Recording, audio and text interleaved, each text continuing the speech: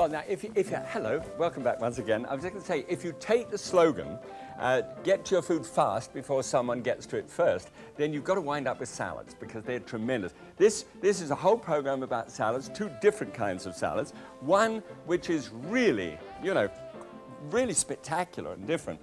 And the other one is spectacular and different too. Sorry about that. Okay, one thing that's been cropping up, and by the way, it'll really come out in this program, is this percentage of calories from fat. How much of the calories we eat in a day comes from fat. Well, if you've got a very low calorie reading of, say, 100, and you've got 5 grams of fat, you have a low percentage. But if you, fair percentage, but if you have 500 calories and 5 grams of fat, then obviously you're going to have a much smaller percentage. I think really the issue is that there's still 5 grams of fat in the food. Now, I think, therefore, it's much more important to count the numbers of grams of fat that you have in a day. They're on the side of the cartons all over the place nowadays, and I've got them all in, every recipe I have is in my book. So you can count it up. But how many grams of fat do you personally want? There's quite an easy way of looking at this. Ready for it? Okay, so we'll draw you up here. We need to look at you with an ideal body shape. If this happens to be your ideal, look, you're happy about it. All right. What size should you be, or weight should you be? Now, mine, I went through and had a look at all the tables because I'm 6'2" and I'm broad-boned and all the rest of it. So 180 pounds. Mark, I haven't been 180 pounds since I was quite young, but I'd like to be. And wouldn't we all like to be when we're about 21? Okay, so cut that in half. Whatever your ideal weight is, cut it in half, and there are the number of grams for a day. How's that? Simple. Just one little caveat on that one. If you happen to have a heart condition of any sort or a family condition, you may want to start tooling that down and talk to your doctor about it. Even down as low as 45 grams a day, which is what my wife Trina's on. Okay? So that's how we're trying to get the grams down all the time in dishes for you. Now this gets the grams of fat down and the calories down at the same time. Come on, I'll show you how it works.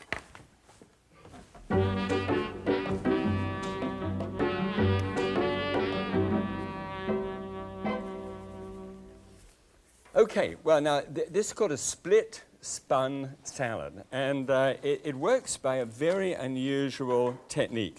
First of all, I think that you'll find I've got 8 green onions, or little fine onions here. Well, not fine onions. These are called spring onions in England, or they can be called scallions, green onions. There's all kinds of names for them. Notice what I'm doing.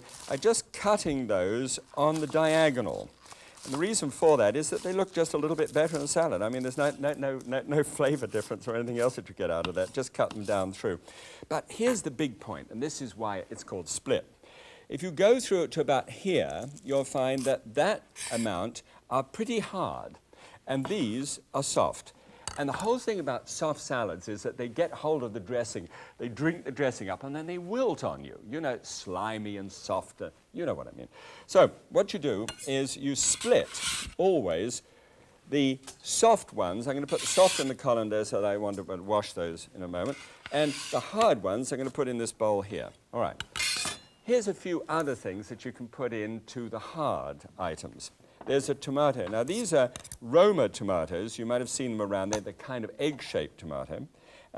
There's one little thing that I would do would be always to trim off that end. It's a little personal fetish of mine. You can eat it. It doesn't matter. But somehow, when something like that crops up in a salad, it says to me that someone didn't do the prep work, as well as they could have done. It's trimmed off, and someone in the kitchen cares. It's the way I feel about it when I go to a restaurant anyway. Okay, 4 of those, and those Romas I prefer because they don't have quite so much juice in them. Sometimes they don't have the flavor, but they really have lots of flesh in it, and so those get poured in too. So there's the green and the red. Now, a cucumber, I love the way these are called English cucumbers, and there we are, they are, either English or gourmet cucumbers, and it's usually wrapped up in this little outer wrapping. And I like them because it's got a smaller general overall shape and not quite so many pits in the center, and it's crisper. peel it on the outside and then take a spoon and just scrape out the seeds from there. And then let's chop that up. These are chopped in fairly small pieces so that they can distribute themselves easily throughout the dish and fairly evenly. And so those are in. Now that's the whole cucumber. Every single bit of the cucumber goes in. So that's one half, and I didn't think you'd like to see me show off again, so there's the other one. And those are all completely separate. Oh, look at that. Isn't that fun? There's one that wasn't quite separated, and I would pick it up to show you. Here then is this last thing, which is obviously carrot. Have you noticed recently how people are saying quite a lot about things like free radicals and of getting antioxidants into the blood system? I don't know whether you've heard of that. But this is a thing called beta-carotene, and of course, carrots have it. And there are many vegetables which are teeming in both vitamin C and selenium as a mineral, will come from other sources. But these are the ingredients which help you to actually reduce, this is what I'm doing at the moment, is just making these thin slices here, to reduce the effect of free radicals from oil in your system, of going rancid in your system and causing all kinds of problems, potential for cancer, etc. So, by using fresh vegetables like this in salads, especially the hard stuff here, you get such a jump start on being healthy, and you feel so good about it too. Right? So there are the hard items that I just wanted to add. No more hard items to add? Okay. Now, salad, the dressing that goes on it. The big issue, I think, is not so much, the salads are great, but what about the problem that you're likely to get if you overdo in the dressing area? So if you're going to make your own, just experiment, just once. Look for this. It doesn't matter about brand names. Don't worry about brand names now. Just look for what it looks like. This you'll find in the vinegar department. Most stores now. It's an actual rice vinegar. It's made from rice, and it's very good. And you have half a cup of that. Then in the oil that I've got here, I've got some canola oil, which is just 2 tablespoons full of canola oil to half a cup of the vinegar. And just a touch of sesame oil in there. Toasted sesame oil. It has a wonderful, wonderful flavor. That's the 2 tablespoons and just about a quarter of a teaspoonful of the sesame. And you'll find that refined sesame is the best to get. And then, because there's so much vinegar, I've actually got sugar here, 2 tablespoons full of brown sugar, which compensates, you see, for the vinegar. Vinegar pucker up, and then you just smooth it off with the sugar. It really is a very simple dressing. Okay, so a blender, or just shake it up together if you like. Put the various ingredients in, dump the sugar on the top, and then some freshly ground pepper. And if you haven't yet got involved in this, please get involved in it. There are millions of pepper mills. Black pepper, freshly ground, is so good. And it's the most wonderful flavor. So whiz that up. And it doesn't take but a moment. It's sort of 10, 15 seconds, and you've got your own dressing. Right? Somebody said to me the other day, you see, when you're shopping, Graham, you go through a supermarket and you see all of these salad dressings, and they say load this and load that. So you just buy that. It's so convenient. I know. But this says to somebody, it's mine. And you develop your own and springboard it. It's my very own dressing. I did it. And you could wind up like Paul Newman and make a fortune. Okay, he gives it away. All right, stick that in the fridge. Now, you see, those are the hard items, and when you take it out of the fridge, the bowl changes color, of course. But what's happened here is that has soaked into those vegetables. Now, I leave that there. Well, 30 minutes is the shortest period of time. If you cover the bowl, then leave it in there overnight. It's fine. And when you do that, some really strange thing happens. You actually shake off the dressing, and you can just, measure it, you see. That dressing could have just been tossed into a salad. Now I've retrieved the dressing. Now, let me show you something really intriguing. if you're going to get the actual green part, of the salad, you can do it this way, by the way. You know that technique, don't you? And that takes out the center core. You can take and tear. Never, never, never, ever, please, don't put a knife to a salad. Just tear it up so that in pieces which are just right for you. And try and get a nice yellow salad going with an iceberg, and then get some fabulous outside leaves of a darker romaine. Lovely. And it's so crisp. This is a beautiful romaine. Wash it thoroughly, first of all, when you do it. And then if you wash it and toss it, you'll find that you entrap a tremendous amount of water. And you must have seen these things where people say, well, then all you do is this, and you get water everywhere. Or you toss it in an apron, or you get one of those little metal baskets and toss it. Well, life has got a little bit more mechanical nowadays, and so there is now this little thing. It's a little basket here. And so you put the greens in that. There's nothing worse to me in the whole world than a salad which is just loaded down with water. And so this you just hang on to, and you whiz it. Don't let go. You'll wind up in the 18th century. And turn it round about 20 times like this. It's sort of centrifugal force, and it spins all the water out like that. Neat idea. In fact, let me see. I've got a little bowl here. So I've got. Look at all that water, which would have ruined the whole thing. Okay. Now, look. Here's the really odd thing. Put that, and now toss the salad in that.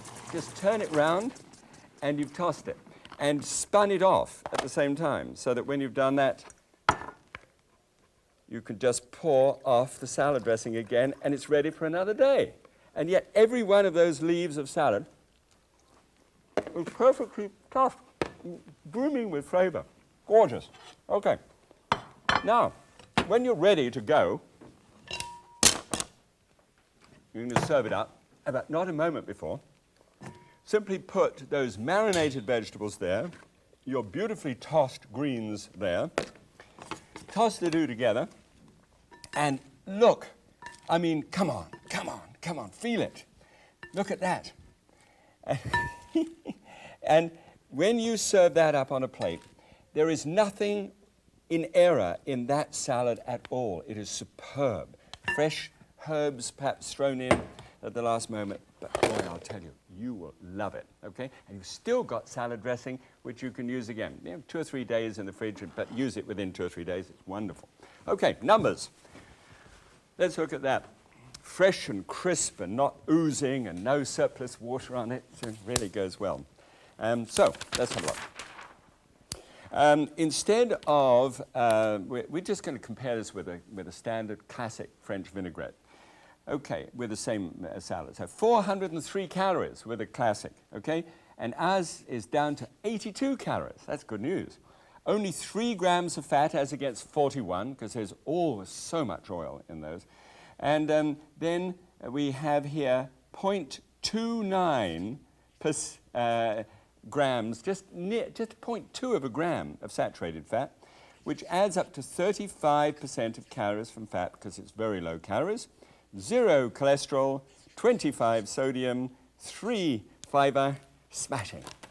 Now, so often in my books, I actually talk about, to you, serve this with a split spun salad. And now you know what it is.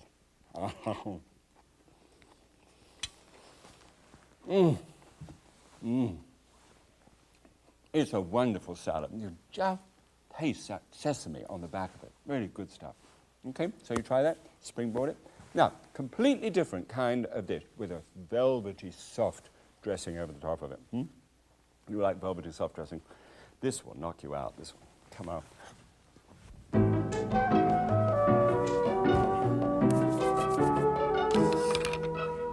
If I was to have a restaurant, which I won't, I don't think, that's the salad that I would do, that last one. And then I'd have this one as well.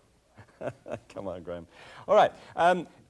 In here, a steamer with the bottom and the top steam, and having steamed through the vegetables, what I want to do is just to toss those into a bowl and get those out of the way. They are still warm, and want to make sure that they are just cool down a little bit, because if you take these straight out of the steamer, if you take these straight out of the steamer and put the sauce on that I'm going to make for them, you'd be in real trouble. Okay, they're warm enough for me to be able to do this. Okay, good. So they're just warm. Have you ever had a wilted salad? I mean, you know, one that is genuinely wilted on purpose? Well, that's what this is. So just put that to one side. That's cauliflower and cucumbers and carrots, but you can ring the changes for favorite vegetables that you've got. Here is the technique, and this is really special. Pan on the heat here, and this is the only amount of fat in the dressing itself, is that amount. It's just 1/4 teaspoonful of oil. And that's needed in order to be able to get these ingredients. These little fellas here are mustard seeds, you know, from which great trees grow and birds nest in them, you know, the old statement. Okay, so those are just sizzling now, and they've got to break out some of the natural oils, as well as here 1 teaspoonful of cumin seed, and those are available just, you know, in the spice department in the supermarket. So those are toasted on top. And then turmeric, which is a root, and this is this sort of false saffron for some people. It is bright yellow in color and a marvelous. I like the flavor of it too. I don't want to burn. See, that looks like it's very hot. Just pull that to one side. I don't want it to be too hot here. And then, when those have just been toasting together for a moment or two, put in 2 tablespoons full of brown sugar. And I promise you, I don't think you'll find this anywhere else in any way. This is totally, radically new kind of idea. So just put those together. Now, let that simmer away together with 1/2 cup of water. That's what you call a simmer, Graham. and 1/2 cup of the rice vinegar or a wine vinegar, okay? And a nice light vinegar, not a dark vinegar. And just stir that around and just give that about 5 minutes to just simmer. And when you've simmered it, you strain it out, and it looks like this. It's a glossy, wonderful, spicy combination. All right. So then all you need to do is to get some of the strained yogurt. You know, I've shown you how to do this a dozen or so times, but it's like this, just a non-fat yogurt, and put it into a little strainer like this one, set it up over the carton, put a lid on the top.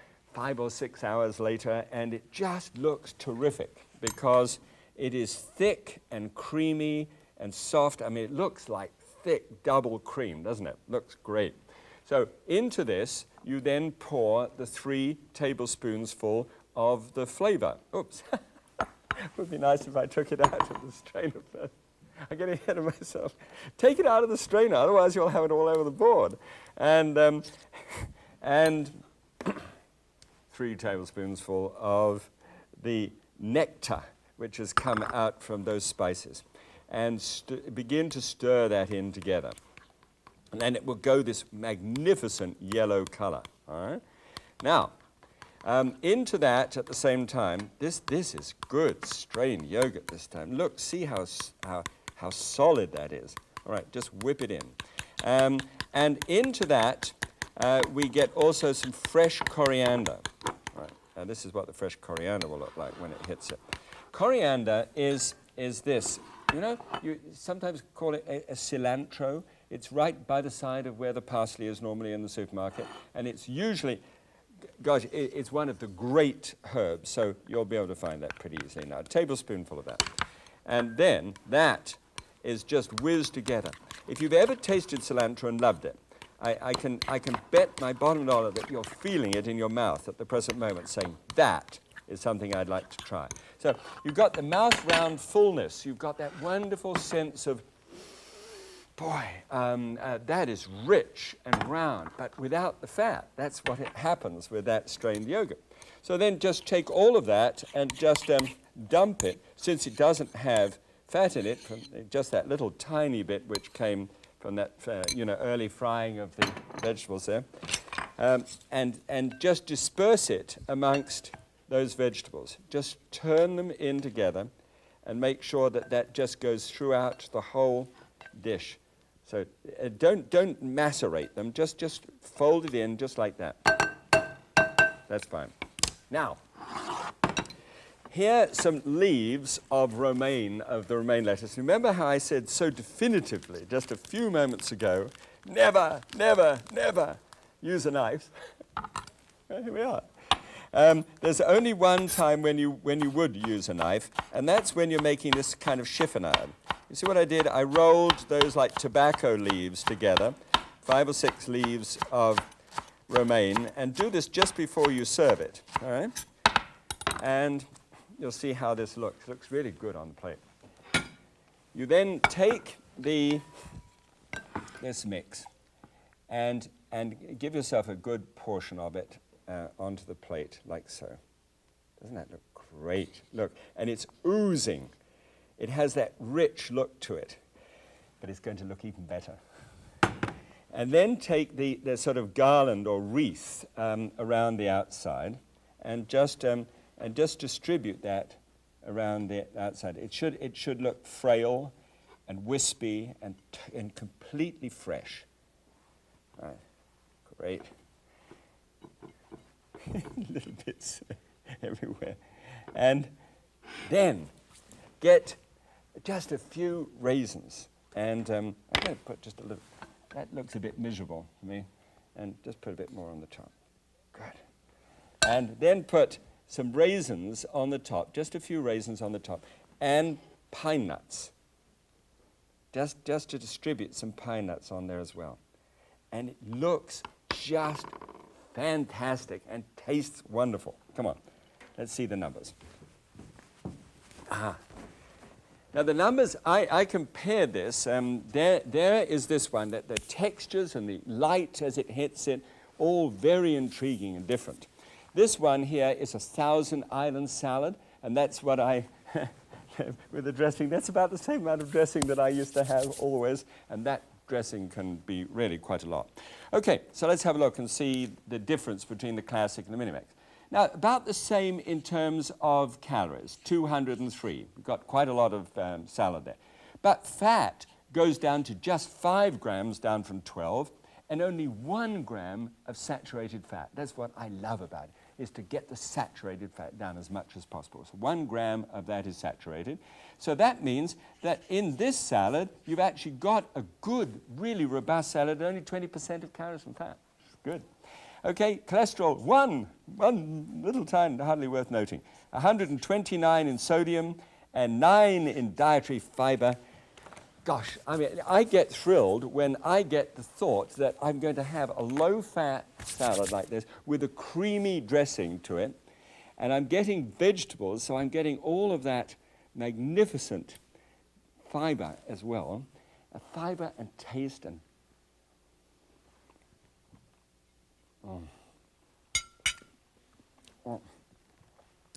you know, the word is complex. It's got layers. It goes one after the other. With the raisins and the little, and you get one of those little nuts, and they just bite in them and just spread out in your mouth. This is such a good salad. This is really something that you need to try, okay? And it does this Minimax thing very well because it minimizes risk with the fat, and yet it maximizes the flavor with aromas and colors and textures at the same time, okay? Do try it. People that you really love, okay? God bless you. Thanks for being with me once again. See you next time. Bye.